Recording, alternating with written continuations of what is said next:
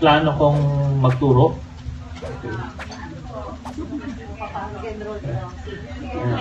So, may mga ano naman sa atin, Saan may tuturo niyo?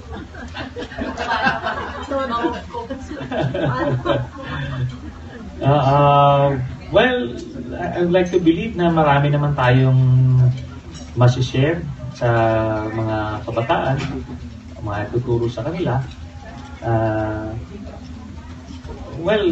I'm looking at governance and public policy. Yan.